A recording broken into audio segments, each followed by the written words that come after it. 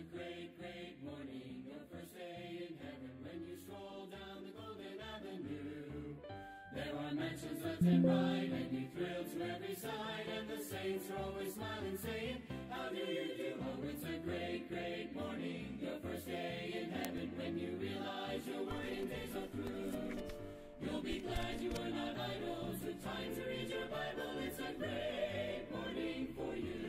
Amen. Good morning po sa ating lahat and happy Friday morning. Ito po yung report ko, Chujong. And I'm from CBBC Singapore Outreach to Ministry and CBBC San Diego, Laguna under the leadership of our pastor, Dr. Edgar Red. Welcome po sa ating live stream. Tayo po ay magbukas po sa panalangin. Let's bow our heads in prayer. Father in heaven, Lord, we bless you. And thank you, God, for this morning that you've given us. Thank you for this brand new day. Thank you, Lord God, for thank you for the new strength, the new grace, oh Lord God, for us, oh Lord God, to enjoy in your presence. And I pray, Lord, that you would bless this morning's devotion. May you once again speak to your children through your word. And I pray, oh Lord God, that you would grant wisdom and guidance to your servant, that your words, O Lord God, will be made known, and that your people, O Lord God, will honor and glorify you. Lord, forgive us our sins, and if you find any unworthiness, O Lord God, in our hearts, I pray, O Lord God, that you forgive us and cleanse us, O Lord, make us worthy of the blessings. Let your name be glorified for the victory that you'll give us. In Jesus' name we pray. Amen. Share ko po muna yung ating live stream.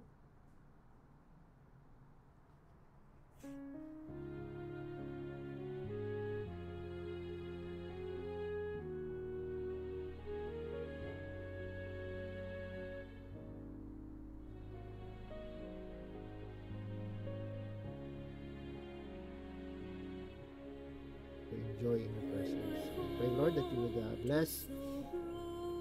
Okay, so batiin natin ang ating mga kasama. We have Sister Jackie, good morning. And also kay Sister Joanne, good morning. Sister MJ, good morning sa iyo.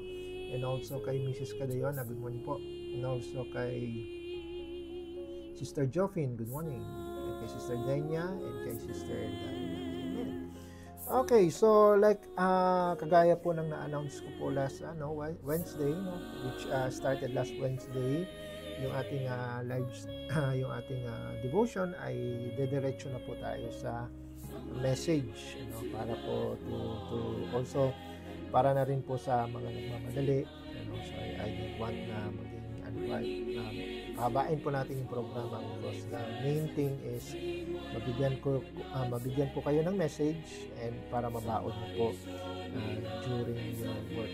Okay, so diretso na po tayo sa message. Let's open our Bibles please in Psalm 127. Psalm 127, and a very familiar verse. Psalm 127 in verse 3. Okay. Sir, paano na lang po yung Proverbs reading? Ayan. Encourage ko po na kayo na lang po ang magbasa po, no? Total, that's for para meron po kayong personal devotion. Okay? So, Proverbs chapter 127 in verse 3. 127 in verse 3 it says here, Lo, children are an heritage of the Lord, and the fruit of the womb is His reward. Sabi dito, lo. No, lo means behold, no? Hindi po yan yung hindi po yung asawa ni Lola. No, lo, children are an heritage of the Lord, and the fruit of the womb is His reward. Notice there the word heritage. Okay? And I like to speak about the subject, children are entrusted heritage. Children are entrusted heritage. Right? Tayo po muna yung manalayan. Father in heaven, Lord, we bless you. And we thank you, O God, for this passage that we have read. Thank you for your word. And I pray, O Lord God, that as we dwell upon your word, as we study it, O Lord God, I pray, Lord, that you will guide us with your Holy Spirit.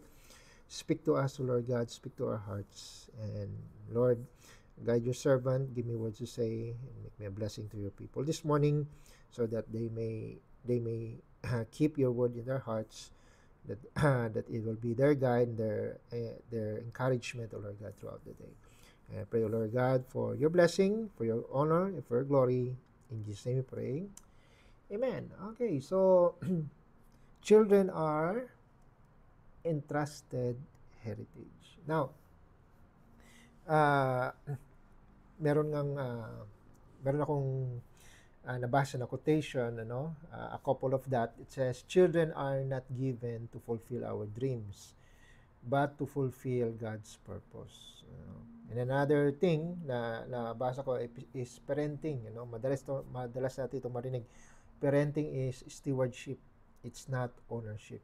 So if we tie those two truths, which very true, maano natin yung modern habit ng mga parents into crafting their children into their image, into their own ambitions, diba? Kasi maraming mga Christian families, they are busy, they are loving, they are well-intentioned, yet they are kumbaga, yet yung parents meron silang preferred na script para sa kanilang mga anak in terms of their future, rather than yung will ng Panginoon. Kaya nga dito sa binasa natin sa Psalm 127, yung word there na heritage means inheritance, di ba? And pag sinabing inheritance, pamana, this is a portion that is supposed to be entrusted in someone's care. Okay, nagets niyo po yun? Pag sinabing pamana, yung pamana, unlike salvation, di ba? Pag sinabing pamana, ito'y maaring ito'y maaring mawala kung hindi mo ingatan. Di ba? Kaya nga, sinabi ng verse, children are an heritage of the Lord. Amen? Na kumbaga, they are not accidental additions, di ba? Hindi sila optional na mga blessings. They are God's entrusted, heritage. Amen? Na kumbaga, merong portion that is given to you as parents by grace.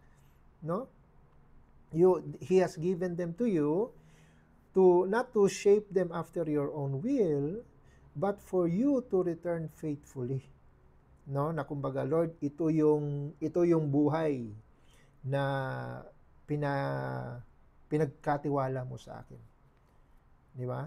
And dahil ikaw ang may-ari nito, pinagkatiwala mo lang sa akin, here is what you have entrusted to me. Di ba? Kaya para tawagin nating entrusted heritage yung mga bata, meaning inaamin natin, we admit that they belong to God. Amen? Na as parents, you are just mere stewards. Amen? And that you are raising them for His glory. Yan ang design ng Panginoon. And if that is His design, paano dapat natin, ano maging dapat attitude natin towards your children day by day? Number one, they are a gift. Amen? A gift to receive. Look at Genesis chapter 33. Genesis 33. Genesis 33.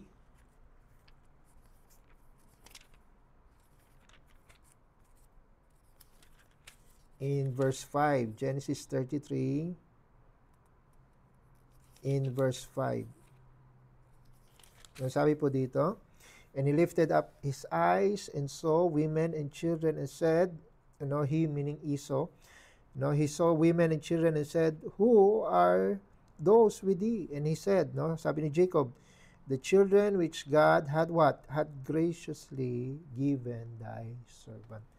So tinanong ni Esau si Jacob, regarding yung family na nasa kanyang likod. Sabi niya, these are God has graciously given thy servant. Amen? And from that makikita mo na yung That came from a mindset of faith. Amen? Na sinasabi ni Jacob that each of his children were given as, by grace, as a gift. Hindi dahil siya entitled, with this. They are not a trophy. Amen? Kumbaga, when we receive God's gift, when we acknowledge it as a gift, amen, it produces humility. Amen? Rather than us controlling, you controlling them. It's rather, it produces, pag sinabi mong galing yan sa Panginoon and by grace, it will produce in you a gratitude, an attitude of worship. Amen? Instead na magrereklamo ka, bakit ba merong ganito? No. Why? Because you acknowledge that these are entrusted heritage, a gift to receive from God. Amen? So instead na mag-grumble ka or mag-murmur ka dahil sa burden ng iyong mga anak, no, you receive it with gratitude. Remember, sabi ng James chapter 1 in verse 7. James chapter 1 in verse 7, 17 says, every good gift and every perfect gift is from above. No? And cometh down from the Father of lights, with whom is no variableness, neither shadow of turning. No? Gratitude, receive with gratitude. Kasi gratitude acknowledge that God is the giver. Amen? And gratitude, when we have, kung meron kang ganong attitude, it guards your heart. Amen? From treating children as burdens or as possessions. Why? They are just given by grace. Amen? So magkakaroon ka ng grateful heart. No, you receive your kids as you receive these gifts from heaven with humility. Amen. Kasi with humility, you are aware that you are just the receiver and not the hindi ikaw yung creator, hindi ikaw yung originator. Amen. Pag nangyari yon with humility, maalis yung pride. Amen? And then you will open up for the to the guidance of God. Amen? Kasi you admit that they are just given to you by God. Amen? Hindi ikaw yung may likha niyan, hindi ikaw yung may gawa niyan, kundi yan ay galing sa Panginoon, pinagkatiwala sa iyo ng Panginoon. Amen? So magpapagabay ka sa Panginoon dahil yan ay Kanya. Amen?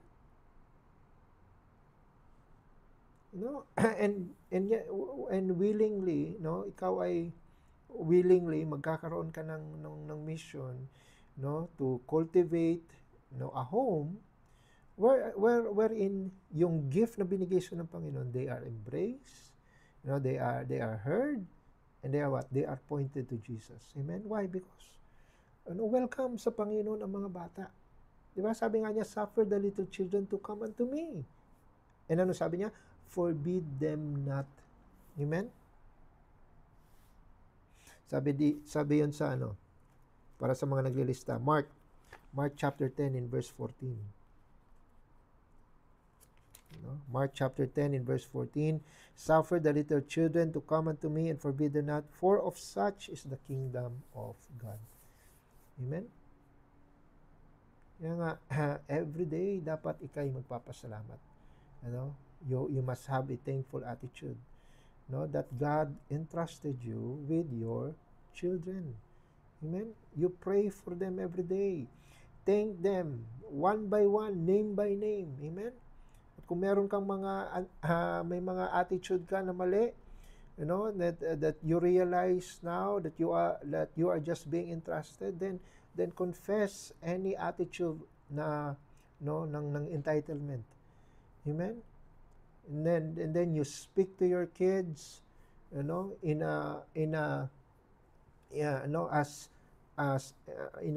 home, in a safe language. Amen.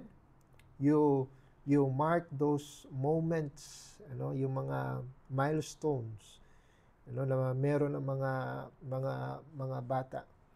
Amen. Kasi yun yung the milestones will show you your progress of your stewardship. Amen? So number 1, a gift to receive. Number 2, a responsibility to raise. Amen? They are a responsibility to raise. Sabi ng Proverbs 22 and verse 6, train up a child in the way that he should go, and when he is old, he will not depart from it. Amen? Pag na-mishandle mo yung gift, or na-mishandle mo yung heritage, it will become a grief. Amen? Kaya nga scripture, ang charge ng scripture sa mga parents is to train. Amen? Meaning, the word train means intentional shaping of the heart. Amen? Not just the heart, but also the habits. Amen? And not also the habits, but also the hopes and ambitions of your kids. Amen? Hindi mo pwedeng i-outsource yan, to expect na ibibigay yan sa kanila ng school or ibibigay yan sa kanila ng Sunday school. No, it must come from you as parents. Ikaw yung tagahubog. Amen? No, fathers, mothers. Amen? Dapat meron kayong stewardship of their discipline and doctrine. Amen? You must have a stewardship of their affection. Amen? Kasi nga you will be accountable someday for the things that God has entrusted you. Amen? Yeah, lalo na Christian parents, you will be accountable one day. Amen? Remember, sa judgment natin bilang mga saved, dun sa judgment seat, amen, we will be accountable sa mga bagay na pinagkatiwala sa atin ng Panginoon. Amen? That's why you as parents, you have to model life, amen, where a family life where Christ is first, amen, and where the Bible is, the authority of the Bible is final.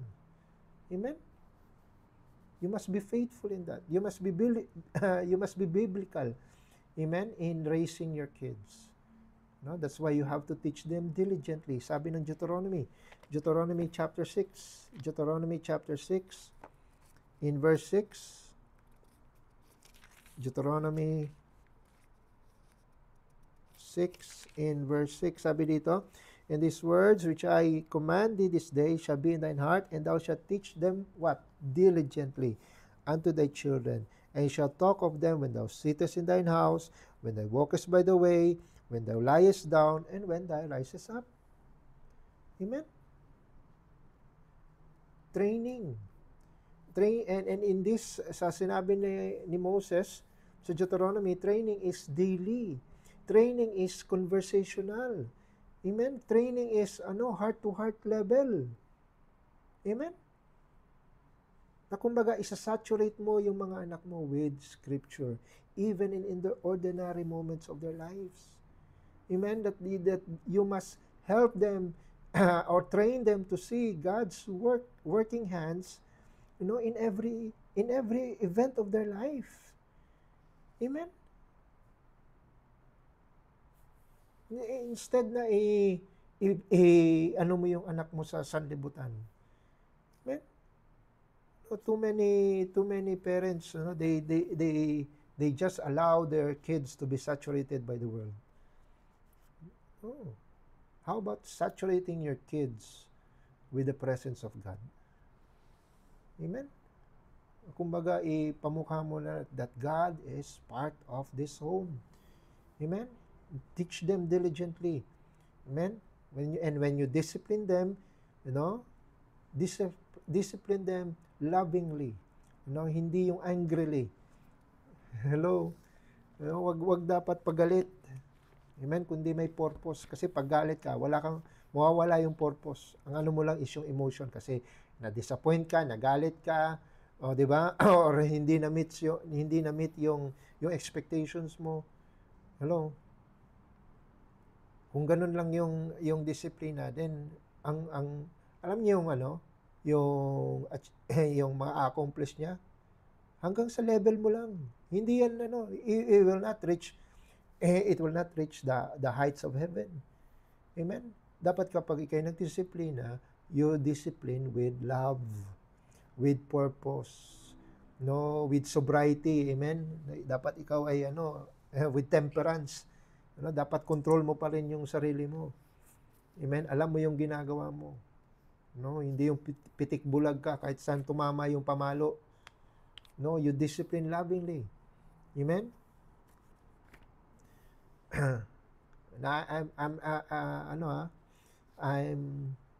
The Bible is against abuse, but the Bible is pro-discipline. Amen? Kaya sabi ng Proverbs 13 in verse 24.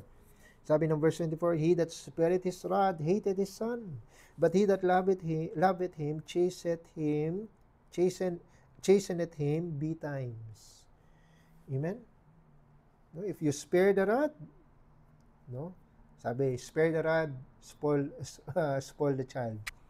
No, but for the Bible, you spare the rod, you hate your child. Amen? Yun yung biblical. No, if you spare the rod, it means you hate the child. Amen? Kaya nga yung iba, they disguise yung neglect with love. No? Hayaan na lang siya sa mali niyang ginawa kasi love niya yung anak niya, ayaw niyang masaktan. Hello, that's neglect. Amen? If you love him, sabi ng Bible, you chasten him betimes, diligently. Amen? Huwag mong wag kang pa-influence. Amen? Sa humanistic and secularistic na ideas ng sanlibutan. Amen? You need to shepherd their hearts. Nurture them up. Sabi nga ng Ephesians 6, nurture, bring them up in the nurture and admonition of the Lord. Amen? Nurture. No? nandun yung love and admonition. No? Not your nurture, not your admonition, but nurture and admonition of the Lord. Amen? No, you saturate them. Again, saturate them with scriptures. Si Timothy nga, hindi naman siya magkakaganon kung hindi siya saturate ni Eunice at ni Lois. Amen? With the scripture. From a child. Diba? Sabi sa 2 Timothy chapter 3. 2 Timothy chapter 3 verse 15. Sabi dito, and that from a child thou hast known the Holy Scriptures. Amen? Kaya nga, the Bible, parents, you need to realize that the Bible imparts, not just salvation, but also wisdom. Amen? And lifelong na discernment para sa inyong mga anak so that they can face the reality of this world. Amen? Dapat kapag mga parents na overprotective, sige, hanggang kailan yan nasa poder mo? Di ba? You have to consider that. Amen? Hanggang kailan yan nandyan sa poder mo? Di ba? And if you will not be diligent in training them, by the time you release them, kawawa sila. They will struggle. Why? Because hindi mo sila pinipare. You did not raise them up properly. Lagi mong, ang training mo sa kanila is paano umasa sa'yo. How to be dependent on you. If anything, dapat ang dependence nila sa Diyos. Sa Diyos lagi. Kaya pag may mga, yung mga adults na hindi pinalaki, ang tatanda na, pag may problema, takbo ka agad kay mama, takbo agad kay papa. Why? Because you never train them to stand on their own feet. Di ba?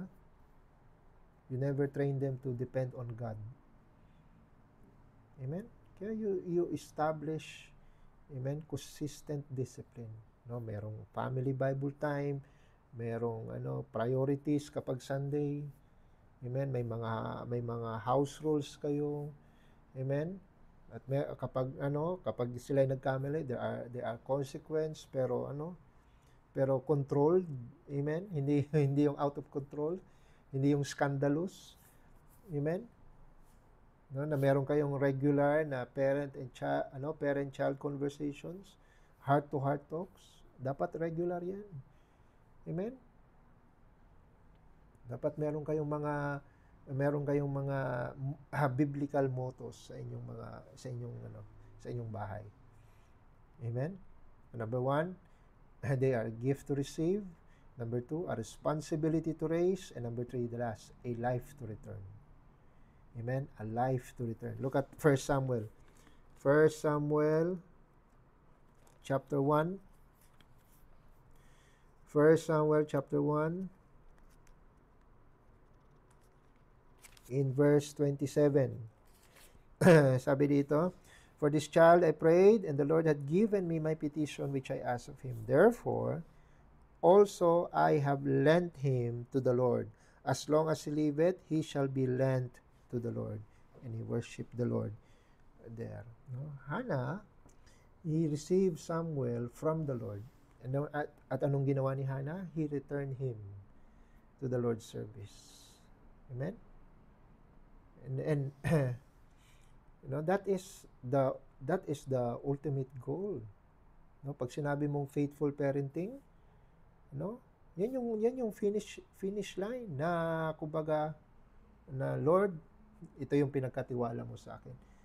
Amen? Not you dedicate their lives to God. Amen? Hindi yung you're clutching them to you as if they are your ownership. No, but you consecrate them for the service of God. Amen? Hindi ikaw yung magbibigay ng script para sa kanilang future. Amen? Pero ikaw yung magsusurrender sa kanila. Amen? Yung mga anak na pinagkatiwala sa iyo, ipagkakatiwala mo rin sa Panginoon. Amen?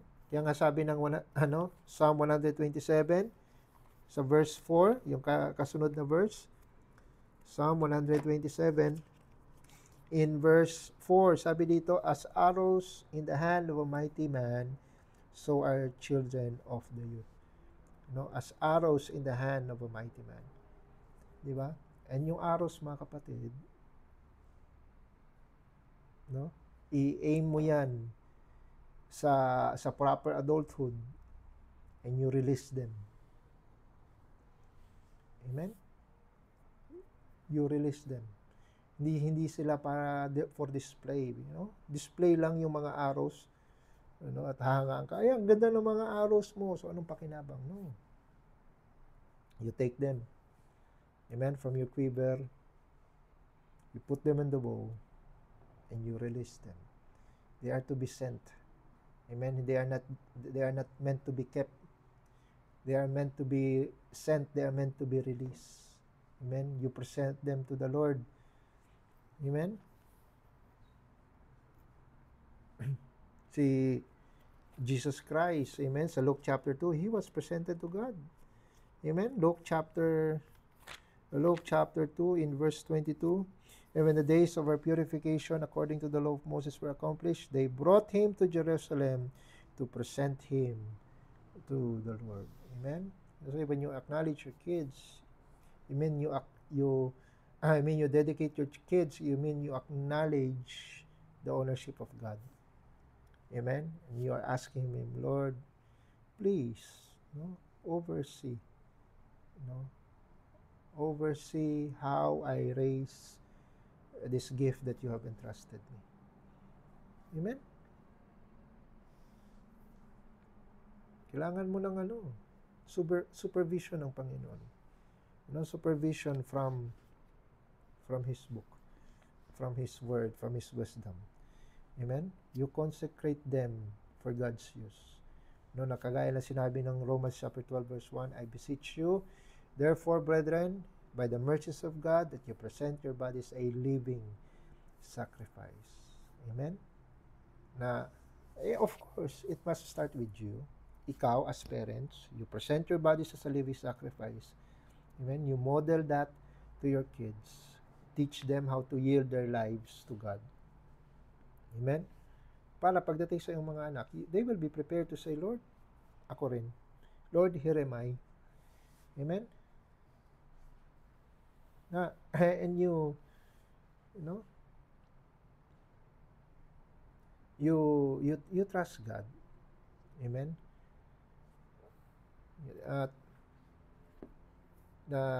He is the creator and He is the designer. Amen? You put your confidence sa plano ng Panginoon para sa iyong mga anak. Amen? Sabi nga ng Psalm 22 in verse 10. Psalm 22 verse 10. I was cast upon thee from the womb. Thou art my God from my mother's belly. Amen? I mean, from the conception pa lang.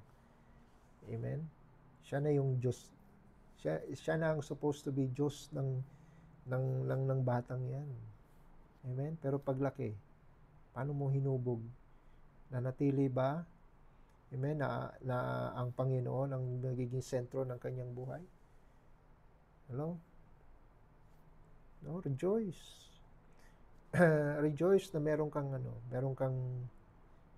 regalong natanggap. You have a gift to receive, but it's also a responsibility to raise. Amen? And it's a life to return. Na kumbaga pag nakita mo ang yung mga anak, paglaki niya, pagtanda niya, kagaya ni John the Beloved, nung siya ay matanda na at nakita niya yung kanyang mga anak, yung kanyang mga disciples. Anong sabi niya sa 3 John? In verse 4, nung nakita niya ang kanyang mga followers and disciples, sabi niya sa verse 4, I have no greater joy than to hear my children walk in truth. Amen? Ganun dapat ang magiging vision mo sa iyong pagtanda. Amen? Na makita mo ang iyong mga anak walking in truth, and you will have no greater joy than seeing that vision for your kids. Amen? Kaya pray for your kids. Amen? Pray for their salvation, pray for their calling, pray for their faithfulness. Amen? And then, kung meron ka mang unfulfilled dreams na ikay bata pa, amen? Don't put that burden in the shoulders of your kids. Amen? Merong plano ang Panginoon para sa kanila. Amen? At kung tatawagin man sila ng Panginoon para sa ministry, para sa gawain, be ready. Prepare yourself. Amen? Pag pinalaki mo sila ng tama, makikilala nila ang Panginoon, magkakaroon sila ng takot, magkakaroon sila ng relationship with God, and if they want to pursue that relationship, by serving the Lord in the ministry, then you have done a good job as a parent, as a steward. Why? Because you have returned that life na pinagkatiwala sa iyo ng Panginoon. Amen? Receive the gift with that attitude of gratitude. You raise them, with the scriptures, with all diligence. Amen?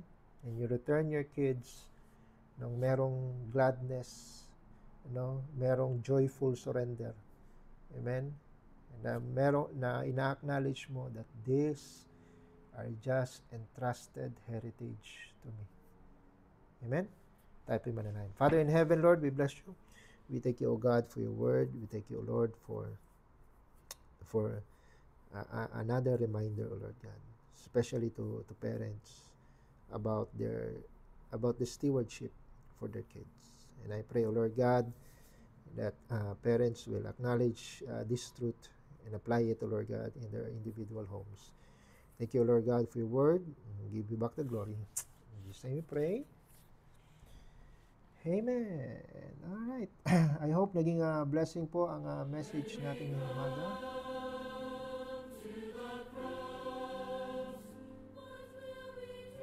Okay, so batiin natin ang ating mga kasama. We have Ma'am Joby, good morning. Si Sister Ernelita from Hong Kong, amen. Good morning, sis. And also kay Ma'am Joyce Catolos, hello po ma'am, good morning. Sir Herbert, sir, good morning. Thank you for joining. Sir Ian Almonte, good morning po. And kay Nanay Agnes, good morning po, Nay. Thank you for joining. Sister MJ, good morning sa'yo. Sir Rafi Maluto, good morning. And kay Sister Beron, amen, good morning. Also kay Sir Herwin Ibarientos, good morning sir. Regards sa mga kapatiran po natin dyan sa outreach. Amen. Okay, so dyan po nagtatapos ang ating live stream program. Okay, members, let's pray for our service this tomorrow and of course this coming Sunday. Let's be faithful and come to church. Amen. At i-priority natin. Let's pray for the special numbers, the preaching, the Sunday school. Let's pray for victory, overall victory. Amen. Okay, so with that, tayo po'y magwakas po sa panalangin. Father in heaven, Lord, we bless you. We thank you, God, for the message. And I pray, Lord God, and, that as you have blessed us, O Lord God, in this hour of devotion, Lord, we pray that you would also bless us for the rest of the day. Let this be a good preparation for us for the rest of the challenges, the work, the duties that we are supposed to do. I pray, Lord God, that you will give us wisdom and guidance. I pray also for protection and good health and strength, and not only to us, but also for our families in the Philippines. I pray also for our pastor. You continue to bless him with good health and with strength and also with wisdom. I pray, Lord God, for the outreaches and the missions, the church in San Pedro, for their church services, Lord God, this coming Sunday. And Lord, for the outreach, may you once again send revival this weekend. Bless our Saturday service, our whole day Sunday services. And I pray, Lord God, that you would also bless the soul winners, the Sunday school teachers. Bless, Lord God, the special number, the violin players, everyone that is involved in the ministry. I pray, Lord God, that you would bless them, prepare their hearts, Lord God, give them joy as they serve you. Thank you, Lord God, for our live stream devotion. Thank you for blessing the message. And I pray, O Lord God, that you would continue to use this program, O Lord God, for your honor and for your glory. Forgive us our sins. We give you back the glory. In Jesus' name we pray. Amen and amen. All right, thank you po for joining. God bless you all. And magkita-kita po tayo sa Monday morning for the next morning video. We are dismissed.